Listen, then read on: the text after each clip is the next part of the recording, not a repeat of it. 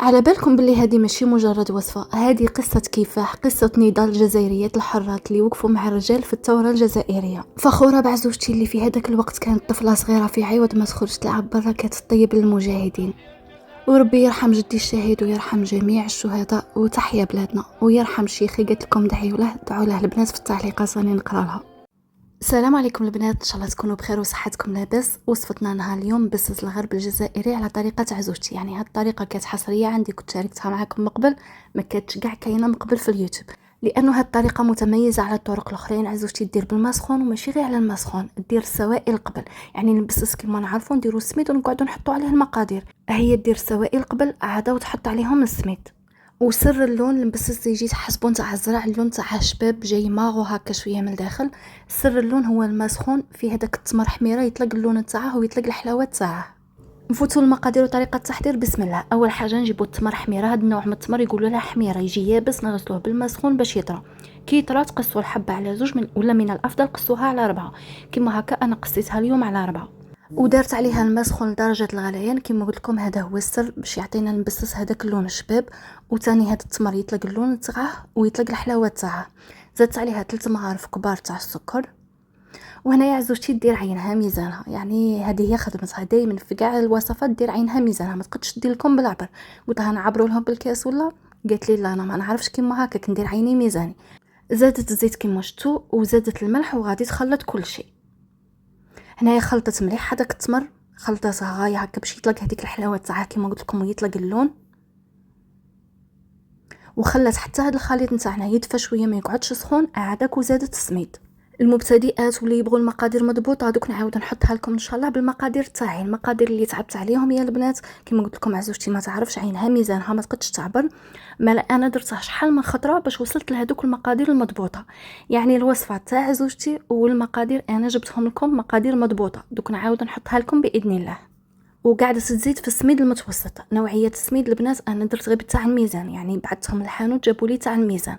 المهم متوسط، ماشي خشين وماشي رطب، متوسط كيما هكا. قاعده تزيد تتحصلنا على عجينه. العجينه نتاعنا ماشي جاريه بزاف وماشي قاصحه بزاف، بصح تقعد هكا شويه طريه. هي دير غرفيه تاع الماء قدامها هكا، تغطس يدها في الماء وتلم المبسات تاعها. وهنا بعد ما تلمت معاها نجيبوا هذيك الطبيقه المسرحه، كاين اللي يقولها قراصه كيما هكا، نديروا فيها السميد المتوسط نسرحوا عليها ونحطوا هذيك المبسه. وسرحتها على شكل مدور وقاعده تزيد لها السميد من الفوق. دوك تشوفوا الطريقه. وفي هذا الوقت اللي راها تسمسل فيها كيما هكا درت لها الطاجين يسخن، نطيبوا على هذاك الطاجين تاع الحديد اللي يكون ثقيل. كنت عاود حطيت لكم هذه الوصفه البارح في الانستغرام والفيسبوك، والحمد لله التعليقات كاع ايجابيه، وكاع اللي كانوا جربوها من قبل كي كنت حطيتها لكم في قناتي الاولى كاع علقوا لي تقريبا نصها وقالوا لي ما نش نستغناو على هذه الوصفه، يعني صاي ولات الوصفه المعتمده عندهم. يجي بزاف بنين صراحه، يجي بنا في القمه. والحاجه اللي عجبتني اكثر وفرحتني انه كاين اخوات يخدموا بلي كوموند، يعني يبيعوا، راهم معتمدين الوصفه وراها مصدر الرزق تاعهم. الحمد لله يا ربي، ان شاء الله تكون صدقه جاريه عليا وعلى مولاتها يا ربي. ميم كاينه واحد الاخت راها تحطه في المقاهي وتبيعها، قالت لي يتمشى لي طاير، قالت لي نبكر عليه وندير شحال من خبزه، قالت لي ما ترجع ليش ولا مرصه، قالت لي كاع ياكلوه وليت معروفه به. ودعت لنا دعوه الخير، وصراحه دعوه الخير تسوى كل شيء. الطاجين تاعي مسحته بشويه زيت كيما شفتوا وراني مسخناته. وهنايا بعد ما قلعت هذاك السميد الزائد عفوا دارته فوق الطاجين، دارت كيما هكا الخبزه فوق الطاجين، خبزه مبسس. وزادت سرحتها شويه بيديها، النار تكون متوسطه، ما تنقصوا لها بزاف ما تجهدوا لها بزاف، طيبوها على نار متوسطه. كي تشوفوا الجناب تاعها صايب بداو هكا يطيبوا، تقلبيها بهاد الطبيقه، هذيك الطبيقه المسرحه هكا تحطيها فوقها وتقلبيها سهله ماهله. وهذه هي النتيجه تاعها بعد ما طابت معنا. كان واحد التعليق البارح جاني في الانستا، قلت لي لو كان خليتيها قصتها بيدها كما كانوا يديروا بكري للمجاهدين، يعني يقصوا بيديهم ما يقصوش بالخدمه. وصراحه فكره ما طاحتش عليا، صراحه ما انتبهتش، بصح سي فري كون قصيناها بيدينا تجي خير.